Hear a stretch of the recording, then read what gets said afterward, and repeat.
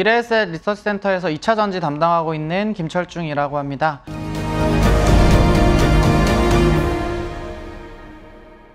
상반기에 주가가 워낙 좋았었기 때문에 이제 하반기 전망을 하면서 고민을 그 어느 때보다 좀 많이 한 것 같습니다. 결론을 말씀드리자면 고민을 많이 해본 결과 여전히 섹터의 방향성은 좋다. 여전히 비중 확대를 해도 괜찮으실 것 같다. 라고 생각을 하고 있습니다. 하나하나 관련된 내용 말씀드리도록 하겠습니다. 결국 제가 항상 가장 중요하게 보는 거는 수요의 방향성이에요. 그리고 결국은 중장기 수요에 대한 방향성을 제가 이제 상향 조정을 해야 되는지 혹은 하향 조정을 해야 되는지에 대한 고민을 가장 많이 하는데요. 특히 전망 자료에서는요. 이번에 제 결론은 일단은 제가 이제 추정치를 유지하긴 했지만 향후에 수요에 대한 전망치는 추가적으로 상향 조정될 가능성이 있다라고 생각을 하고 있습니다. 왼쪽 차트에 이제 빨간색 부분처럼 최근 2년 반 동안 있었던 일이 또다시 발생을 하고 있습니다. 외부 매크로 환경이 안 좋아지면 안 좋아질수록 선발 업체인 테슬라랑 BYD의 마켓쉐어가 계속 올라가면서 후발 업체들이 계속 전기차로 전환하는 전략들을 지속을 하고 있습니다. 그래서 이제 제가 오른쪽의 차트에 보시는 중장기 수요 전망을 굉장히 중요하게 보고 있는데요. 이 중장기 수요 전망은 사실 저는 두 가지 함수로 결정된다라고 생각합니다. 첫 번째는 OEM들의 타겟이고요. 두 번째는 국가별 정책 방향성, 이 두 가지의 함수를 저희가 판단할 수 있다라고 보는데, 먼저 그 첫 번째 함수에 대해서 말씀드리겠습니다. 제가 이번에 조금 이제 인덱스하게 표로 작성한 건데요. 이건 뭐냐면 이제 이번 5월 달에 발표했던 글로벌 자동차 업체들의 실적 발표 컨퍼런스 콜에서 전기차 관련된 얘기들을 어떻게 했는지를 이제 정리를 좀 해본 건데요. 이제 보시는 빨간색 제가 위로 화살표해 놓은 부분은 기존 대비해서 상향 조정된 부분을 빨간색 부분으로 표시를 했고, 내려간 부분에 대해서는 파란색 부분으로 표시를 했는데 사실 많지 않습니다. 파란색은 거의 없고요. 이제 빨간색 부분이 좀 많은 걸 보실 수가 있고, 그리고 보라색 박스는 뭐냐? 보라색 네모는 기존에 없었던 신규 계획치들을 제시를 했습니다. 뭐 모델별 판매량이라던가 시장별 판매, 뭐 이런 생산 관련된 구체적인 데이터들을 목표치를 제시를 했다라고 보시면 되는데, 이게 이제 작년 연말 대비해서 OEM들의 스탠스가 어떻게 바뀌었느냐? 오히려 OEM들의 중장기 생산 타겟팅, 판매 타겟팅은 상향 조정이 되고 있다라고 저는 판단을 했고요. 두 번째 중장기 수요에 대해서 중요한 부분은 정책 방향성인 것 같습니다. 그래서 국가별 정책 방향성인데 이제 결국은 정책은 두 가지입니다. 하나는 보조금을 주는 당근 정책이고요. 두 번째는 배출 규제, 내연기관을 규제하는 채찍 정책이다라고 보시면 좋을 것 같은데, 보조금 정책은 저희가 작년에 예상했던 것 수준으로 크게 변한 게 없습니다. 지금 상반기에 변한 게 없고요. 이제 조금 강화된 거는 오히려 이제 채찍, 규제라고 생각을 하는데요. 이제 첫 번째는 오른쪽 표에 보시는 중국인데, 이제 중국 같은 경우에는 보조금이 조금 많이 낮아진 상태에서 이제 6B 표준 세칙이라고 하는 것들을 올해 하반기부터 시행 예정입니다. 그래서 요건 이제 배출 기준을 충족하지 못하는 차량의 생산과 수입 판매를 금지하는, 조금 이제 내연기관을 조금 이제 누르고자 하는 정책이고요. 왼쪽에 보시는 표는 미국에서 지난 4월 달에 발표한 이제 규제인데요. 이제 EPA라는 환경청에서 26년도 이후에 CO2 규제안을 좀 구체적으로 마련을 하고 있습니다. 이제 미국 시장은 잘 아시겠지만 다른 시장 대비해서 전기차 침투율이 낮은 상황이기 때문에 올해 연초부터 보조금을 줌과 동시에 규제와 관련된 얘기들도 동시에 진행을 하고 있다라고 보시면 될 것 같습니다. 그래서 이제 제가 중장기 수요 방향성에 대한 얘기를 좀 드렸어요. 결국은 OEM들의 타겟은 여전히 상향 조정이 되고 있고, 두 번째로는 국가별 정책 방향성도 작년 하반기 대비해서 올해 상반기에 좀 더 강화된 것 같다라고 보고 있습니다. 그래서 이제 중장기 수요 방향성 여전히 좋게 보고 있다라고 말씀드리는데, 그럼에도 불구하고 이제 배터리를 오랫동안 투자하신 분들은 알겠지만 지난 12월 달, 1월 달에 주가가 엄청나게 많이 빠졌었거든요. 이제 그거는 단기적으로 수요가 좀 빠지는 우려들, 그리고 단기 실적에 대한 우려들, 이런 것들이 주가를 크게 하락시켰기 때문에 저희가 리스크 관리 차원에서, 단기 리스크 관리 차원에서 단기 수요 방향성도 좀 봐야 된다라고 보는데요.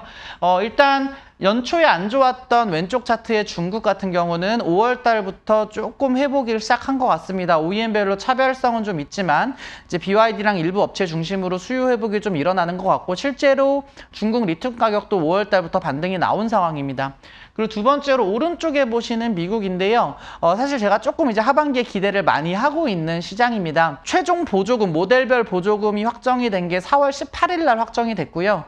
이제 블라인드였던 보조금이 확정되었기 때문에 모델별로 비교를 하고 있었던 미국 소비자 입장에서는 이제 5월달, 6월달부터는 이제 본인들이 이제 보조금이 얼마 나오는지를 알기 때문에 특정 모델이 소비의 선택, 다시 말하면 이연되었던 수요가 5월, 6월달부터는 좀 개선이 될 거라고 보고 있기 때문에 미국 시장의 방향성을 이제 하반기 굉장히 긍정적으로 보고 있습니다. 그래서 뭐 유럽 시장도 지금 5월부터 회복을 많이 하고 있고요. 기타 시장은 여전히 매우 좋습니다. 이제 그렇기 때문에 오히려 단기 수요 방향성도 1분기보다는 오히려 2분기부터 하반기까지 개선이 되는 페이스로 보고 있기 때문에 작년 연말처럼 막 단기 수요 데이터 때문에 주가들이 흔들릴 이슈는 크지 않을 거다라고 생각을 하고 있습니다. 그리고 이제 모멘텀에 대한 정리를 드려야 될 것 같은데요. 일단은 여전히 모멘텀이 가장 많은 건 양극재일 것 같습니다. 양극재 이제 모멘텀을 좀 정리를 해볼 텐데요. 최근에 나왔던 포스코 퓨처엠이나 에코프로 BM 그리고 이제 뭐 LG 쪽 얼티엄 관련된 양극재 수주를 역산을 해본 겁니다. 이 양극재 중장기 공급 계약이 언제 배터리 수주가 나왔었고, 이 배터리 수주가 기반이 된 JV의 설립이나 이제 라인 투자에 대한 발표는 언제 됐는지를 좀 역산을 해본 건데요. 좀 긴 것들, 시차는 좀 있습니다. 긴 것들은 1년 가까이 걸리는 것들도 있고 1년이 안 걸리고 6개월 만에 끝나는 프로젝트 건들도 있습니다. 다만 제가 말씀드리고 싶은 건 지금 왼쪽에 보시는 건 나온 거고 오른쪽에 보시는 건 안 나온 겁니다. 왼쪽에 보시는 것들은 이미 나와서 제가 추정을 해본 거고, 오른쪽에 보시는 것들 보시면 저희가 뉴스로 계속 접하고 계시는 신규 JV, 투자, 배터리 발주 이런 것들이 사실 아직 가장 중장기 수급이 타이트한 양극재 쪽에서 아직 발생하지 않은 모멘텀들이 훨씬 많을 것 같다라고 생각을 하고 있습니다. 그래서 과연 모멘텀의 빈도가 상반기처럼 또 많을 거냐? 저는 여전히 많을 거다라고 생각하고요. 오른쪽에 보시는 굉장히 많은 프로젝트 건들의 중장기 공급 계약 건들은 계속 시장에서 회자가 될 가능성이 높다라고 보고 있습니다. 근데 제가 이제 하반기 전망을 고민하면서 이제 가장 고민을 한 거는 사실 이제 양극재의 다음 타자가 누가 될 것인가를 좀 고민을 해보려고 했습니다. 사실 양극재 업체들은 밸류에이션이 오래 리레이팅이 된 게 아니에요. 양극재 업체들은 이미 20년도부터 다른 소재들 대비, 다른 배터리 셀 대비해서도 그렇고 밸류에이션이 비쌌습니다. 그래서 왜 그렇게 비쌌는지를 좀 고민을 해보면 제가 두 가지 이유를 들었거든요. 일단 첫 번째로는 중국과의 경쟁 강도가 다른 소재 대비해서 가장 먼저 완화되기 시작했습니다. 왜 그랬느냐? 19년도에 이제 CATL이 LFP CTP를 개발을 하면서 테슬라를 뚫었고요. 굉장히 많던 중국 양극재 업체들이 기술적인 로드맵이나 투자의 로드맵을 LFP로 선회하기 시작을 했습니다. 이제 그렇기 때문에 다른 소재 대비해서 글로벌 플레이어 숫자가 먼저 하이니켈 기준으로 봤을 때는 경쟁사의 숫자가 갑자기 줄어들기 시작을 한 거예요. 양극재부터. 이제 그렇기 때문에 양극재가 다른 소재 대비해서 중국과의 경쟁 강도가 가장 먼저 갈라지기 시작했다라고 이해하시면 좋을 것 같고요. 두 번째 리레이팅은 조건은 뭐였느냐? 특정 고객사의 소재 부족이다라고 적어놨는데 이제 당시에는 SK온이었던 것 같습니다. 정확히 말씀드리면 에코프로비엠의 20년도 2월에 나왔던 2.7조 원짜리 4년짜리 공시였습니다.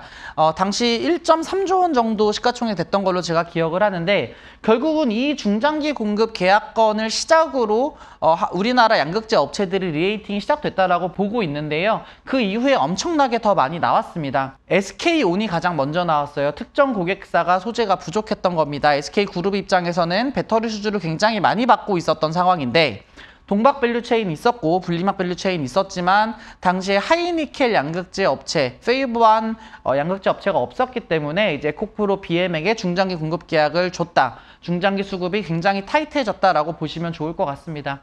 20년도에 양극재 업체 실적 안 좋았습니다. 그러나 주가는 가장 먼저 리레이팅이 되기 시작을 했고 실적은 21년도부터 좋아졌고요. 업황이 좋으면서 계속 실적 추정치 올라가고 수요 전망치 올라가면서 3년 내내 리레이팅 구간에 있었다라고 이제 저희가 복기를 좀 해볼 필요는 있는데 지금 이 구간의 초입과 가장 비슷한 건 뭐냐라고 봤을 때 저는 이 시점에서는 분리막이 가장 유사한 구간에 진입할 가능성이 높다라고 생각합니다. 첫 번째 조건은 중국과의 경쟁 완화인데요. 일단은 IRA 결과에 따라서 이제 부품에 포함이 됐기 때문에 다른 소재 대비해서 미국 증설이 필수적인 상황이 됐습니다. 중국과의 경쟁 강도가 갈라지는 속도가 다른 소재 대비해서 좀 빠를 거라고 보고 있고요. 두 번째로 이번엔 누가 조금 부담스럽냐, 분리막에 대한 수급이 부담스럽냐, 이번에는 LG 에너지 솔루션일 가능성이 높아 보입니다. 기존의 중국 업체와 일본 업체들을 찾고 있었지만 이제 중국 업체 같은 경우에는 IRA로 인해서 메인 플레이어가 되긴 좀 어려운 상황일 거고요. 일본 업체 같은 경우에는 국내 업체 대비해서 생산 원가가 아직까지 열의에 좀 있습니다. 비쌉니다. 원단 자체가 비싼 상황이기 때문에 이제 우리나라 벤더로 물량 자체가 조금 이제 다원화될 가능성이 높다라고 보고 있고요. 실제로 오른쪽 차트처럼 LG는 국내 3사 중에서도 가장 공격적인 미국 수주와 미국 증설 계획을 갖고 있는 업체입니다. 이번에는 분리막 같은 경우에는 LG 에너지 솔루션 중심으로 수급에 대한 타이트한 움직임들이 좀 나올 가능성이 높아 보인다라고 생각하고 있습니다. 그리고 이제 마지막으로 실적 방향성에 대한 말씀을 좀 드려야 될 텐데요. 이제 앞서서 제가 12월 달, 1월 달에 워낙 많이 빠졌었다. 중장기 좋은 거 알았지만 단기 수요 데이터가 너무 안 좋았었고, 두 번째로는 실적이 좀 안 좋았었다. 4분기 실적들이 전부 다 쇼크였기 때문에 저희가 단기 실적 방향성에 대해서도 계속 인덱스하게 체크를 해봐야 될 것 같은데요. 결론적으로는 거의 대부분의 섹터 내 업체들이 1분기 실적이 저점일 거다라고 생각을 하고 있습니다. 2분기부터는 개선이 될 걸로 보고 있고요. 두세 개 분기, 올해 연말까지는 분기 단위로 계속 증익이 나올 수 있는 페이스다라고 생각을 하고 있습니다. 배터리셀, 양극재, 전액, 분리막 이런 소재들은 분기 단위로 안정적으로 2분기부터 당장 실적이 개선될 걸로 보이고요. 조금 속도는 늦는 게 동박과 전해액 원재료이겠지만 어찌됐든 동박과 전해액 원재료도 1분기가 워낙 안 좋았습니다. 1분기 바닥으로 2분기 소폭 개선, 하반기부터는 좀 대폭 개선 페이스를 보고 있습니다. 그래서 이제 결론적으로 요약해서 말씀드리면 밸류에이션 논란이 계속 있는 섹터는 맞습니다. 밸류에이션이 계속 비싸다라는 논란들이 있지만 사실 저는 이게 여전히 리레이팅 구간 안에 있다라고 판단하고요. 저희가 판단해야 될 건 리레이팅 구간에서 내려오느냐 아니면 그 구간 안에 있느냐를 판단하는 게 중요할 것 같아요. 근데 여전히 저는 섹터가 리레이팅 구간 안에 있다라고 판단을 하고 있기 때문에 섹터에 대해서 계속 이제 비중 확대 의견을 말씀드리고 있습니다. 시청해주셔서 감사합니다.